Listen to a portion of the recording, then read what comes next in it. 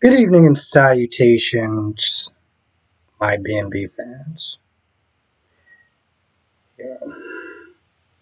This chick, this chick,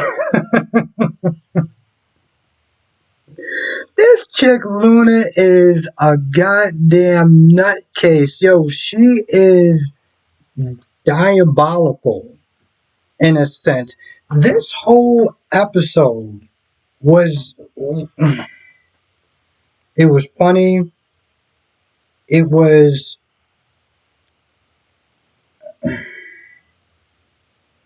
okay.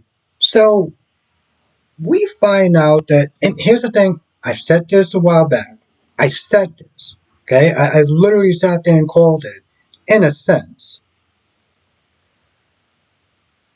When she sat there and said to Steffi, when Steffi was like, oh, but what about RJ? He's so good to you. And, Luna was like, yeah, he's a sweet boy. He's a sweet boy. Though Spencer is a man. I was like, God damn, okay. Then she tells us that she had the best sex of her life. And she faked being on those special mints. Probably because RJ didn't know how to put it down like Zende did it. And it fooled RJ and it fooled Zende. Now, just be kind of clear here. What she did was diabolically messed up, right? But let's just remember something, okay? This is what Carter said. At the end of the day, regardless if he thought that she was on those meds, and now we know that she wasn't on those meds, she was still RJ's girl, right? She was still RJ's girl at the end of the day. He made a choice. So she pretty much just tells Steffi all of it. I did this, I did that, I deserve life. Or it's me, what was me, I had a rocky upbringing. My mom moved me around because she was poppy and she was free spirited with her special mints, and I deserve these things. She deserves money and power and a sexy rich man. She deserves that. Okay. But yeah. Let's see something. Also, just a couple other little tidbits that I didn't even sit there and put in my other reviews so far. Since, Steffi has been in this cage for quite a while now. She wakes up. She looks all weak and everything. Like, she hasn't eaten or drunken water for a very long time. I'm so weak. And yet there's food right next to me. I'm like, well, she doesn't need to poison you. She already has you. Okay? It's Steffi that's delusional enough to keep sitting there yelling and screaming and demanding that you let me go, you let me out of here. And she just starts yelling and screaming. And Luna's just looking like, and I'm not gonna lie, I'm just laughing my ass off at this whole thing. I'm just like, so you really feel if you yell and you scream enough that she's just gonna do what you say because, whoa, you're the queen of LA. Okay, well, there's a lot of stupid going on.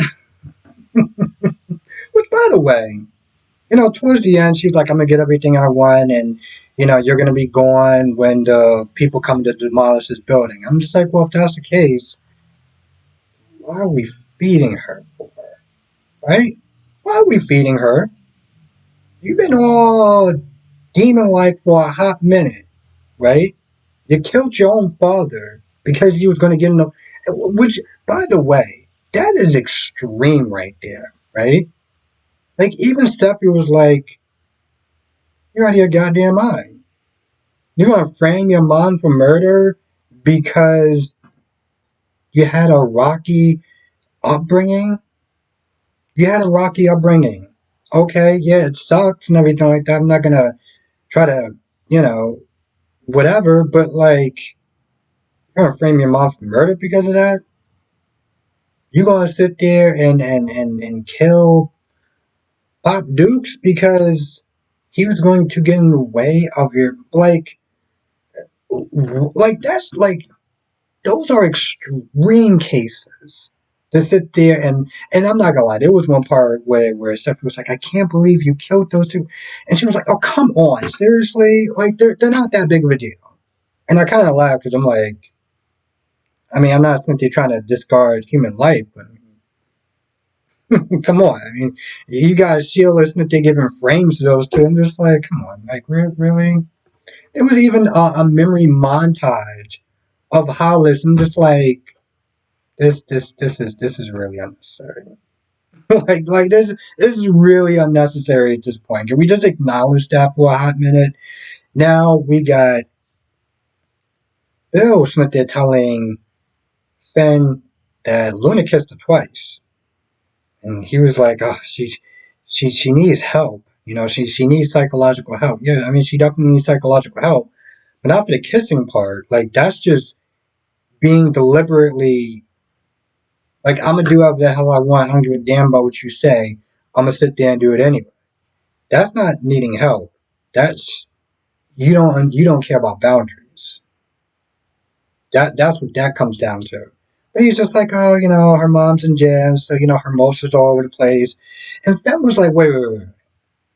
I mean, she just found out that she's no longer your daughter, and she kissed you. Who just recently found out that she's not your like he's not there looking at Bill like, does that make any sense? This is where we get to a point where it's like the story starts to become kind of dumb. I mean, it's all over the place a little bit. It's rocky. It's not the best, but even cracks like this, where it's like, come on, Bill. You really think that makes sense that she kissed you after she just found out, and you're like, oh, I'll let her stay. Her emotions are all over the place. Really? He also finds her phone. They have some sort of tracking app or whatever. Now, towards the after that, he's like, there's something off. There's something wrong. There's something, you know what I'm saying? Like, she's missing. Now, he goes to his mom, and he's like, there's something wrong. Steffi's missing, and I think Luna has something to do with it. And the string theory that he goes to try to figure out maybe she has something to do with it doesn't really make a lot of sense entirely. Like, he does sit there and say that, I don't. I thought that he told her about the kiss, but he did sit there and say that the way she was talking, it was like she was trying to become the next Bill, the next Mrs. Spencer. And to I game there, and her attitude changed. It's like a switch flip. And I get, because he came in there and she was all like, "Oh, so you ready to go into the pool?" Now that couldn't have really meant, what I'm saying? Like you can take that in a lot of different ways. Um, the kissing part was definitely one of them. But besides that, it was like part of me is just like, how did he get to that string theory? Oh, that's what he said. He was like, we know it's not Poppy, but who else would have to gain, or who else would actually have motive to sit there and have the most to lose besides Poppy? He's like, Luna. So I was like, okay, I was like, I guess his string theory did start to make sense in a sense, but it's still just kind of wild to me, you know. Like you know her for a while, and yeah, she's acting a little bit different, but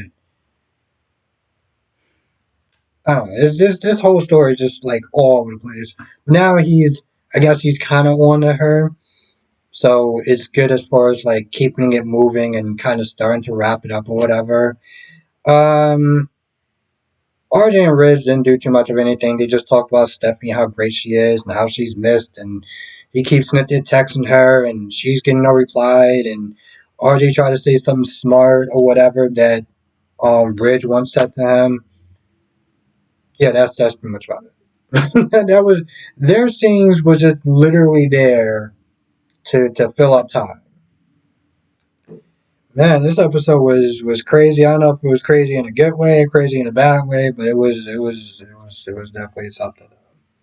It was definitely something. Um. Anyway, let me know what your thoughts are in the comments. Like I said, and I stand by this. I stand by this because I'm just like there was food right there.